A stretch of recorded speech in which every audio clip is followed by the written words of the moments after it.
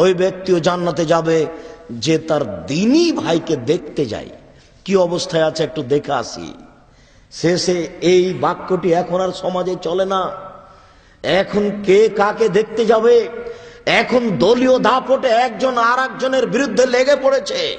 এখন মানুষের চরিত্র হারিয়ে গেছে। দলীয় দাপটে মানুষ নিচে যেতে যেতে যেতে মানুষ এখন পশু হয়ে গেছে, মানুষ এখন পায়খানা হয়ে গেছে, মানুষের হিতাহিত জ্ঞান হারিয়ে গেছে।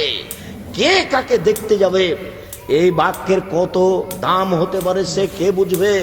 রাসূল সাল্লাল্লাহু আলাইহি ওয়াসাল্লাম বলেন, কোন মানুষ যদি তার একজন মুসলিম ভাইকে দেখতে যায় উদ্দেশ্যে যে একটু দেখে আসে উনি কেমন আছেন, কিভাবে থাকেন, এইভাবে যদি কেউ দেখতে যায় তাহলে সেও জান্নাতে যাবে।